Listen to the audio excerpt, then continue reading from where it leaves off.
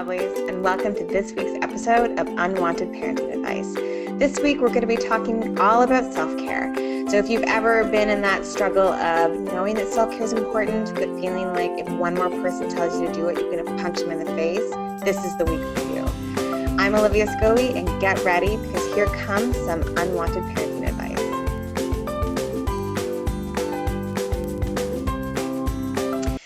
Okay, let's get real about self-care. Usually when we talk about self-care, there's a particular image that comes to mind. It's one that tells us that we need to increase doing things that are really good for us. So things that are known for improving our health and decreasing stuff that makes us tired. So things like eating more salmon and going for more walks and taking more baths, right? Less coffee, less television, less alcohol, and those sorts of things. Now, I want to be really clear that I know that self-care is important. This is not an episode about not doing self-care. That's not the message I want you to hear. It's a good thing, and I want you to do lots of it. But sometimes self-care feels like it's good for you in that way that like organic food is good for you. Like we should probably all do it, but we can't always afford it. Like not to do it like all gung-ho, like how you read in the books or on like articles that you would read. Because one of the most common complaints that I get from parents that I'm working with is that they're like, I don't have time for self-care when you're really in the thick of parenting. And the concern with this really like gung-ho type of self-care, or I call it prescriptive self-care, that tells us that we need to do more massages, we need to take more baths, we need to do all of this, like the list of like expensive middle-class things, is that it becomes a paradox. So we need self-care to feel energized and renewed, but the time and the money that it costs to engage in that kind of self-care can really deplete us. And I came to this realization through my own experience of learning how to do self-care, how to do it in a way that works for me. I have a complex relationship historically with self-care because I was first introduced to the concept when I was a solo parent. I had young children. I still remember what it's like to have young children. I was trying to start a business, and I was doing all of this while going through a really challenging breakup. And so I reached out for help because I was coming close to a breaking point. And I was so tired, and I was so poor, and I was so sad. And one of the messages I received, in fact, the key message I received, is that I needed to start to practice self-care. In fact, the message I received is that I couldn't afford not to start practicing self-care.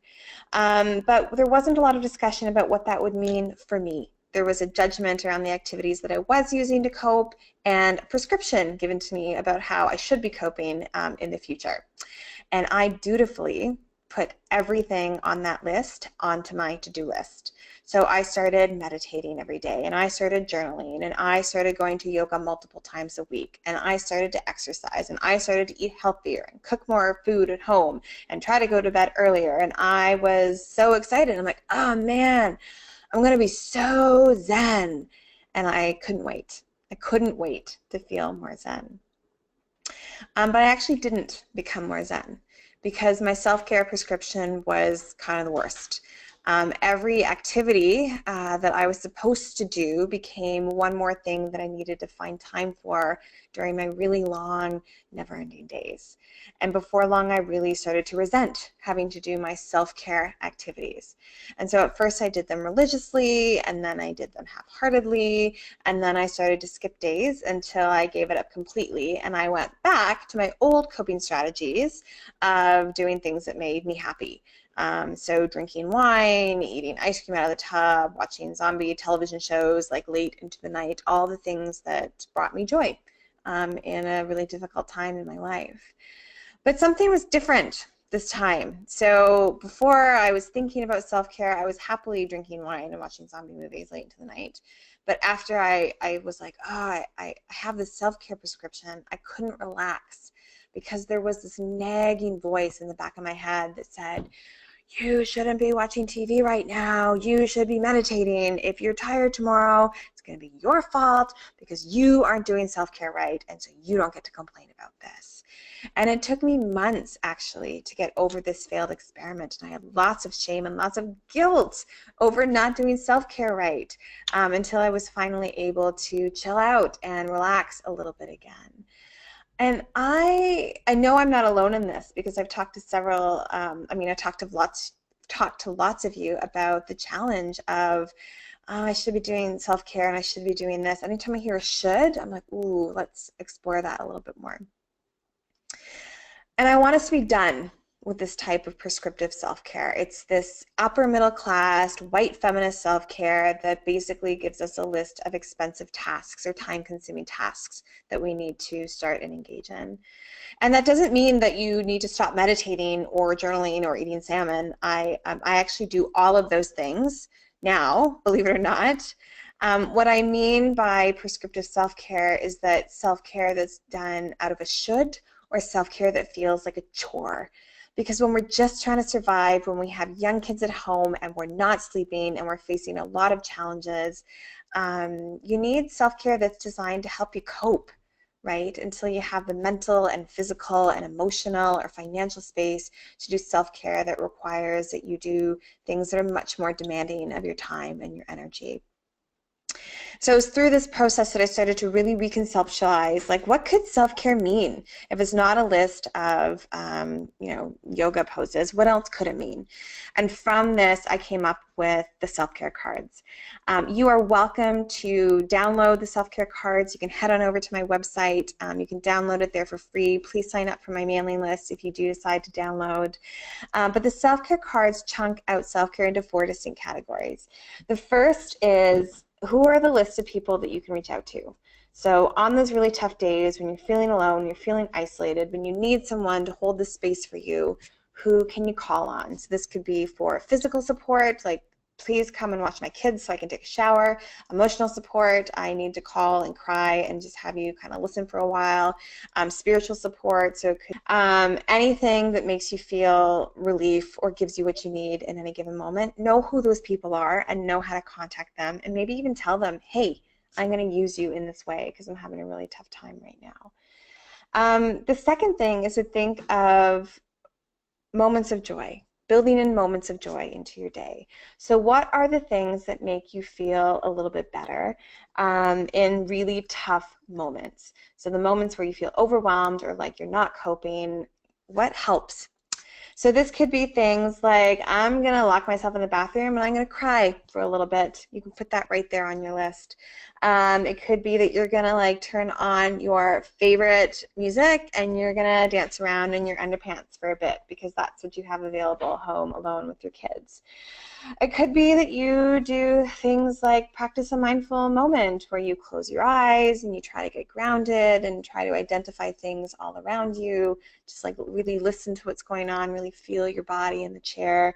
There's no wrong way to do this kind of self-care. So you can make a cup of tea, you can swear a lot, whatever you need to get through those hard moments and make them feel just a little bit better.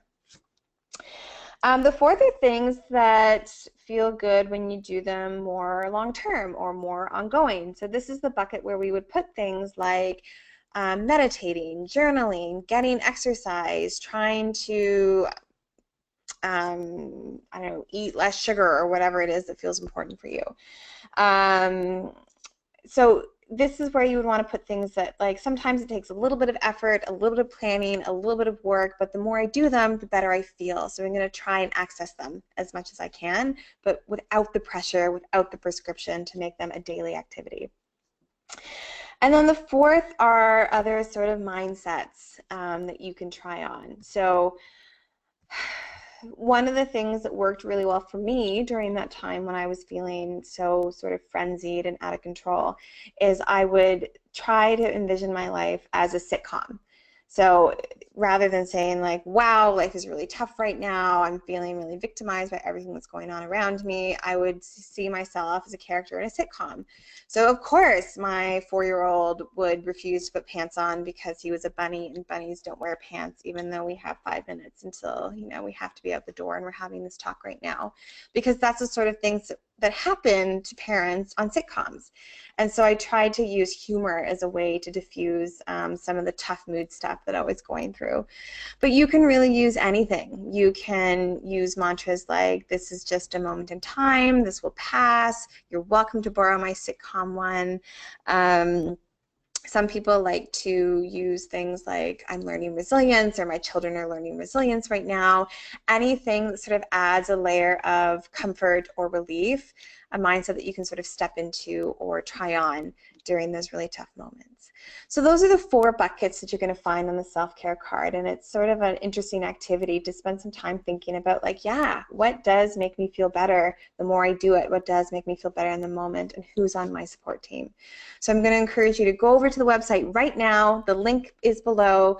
Download your free copy.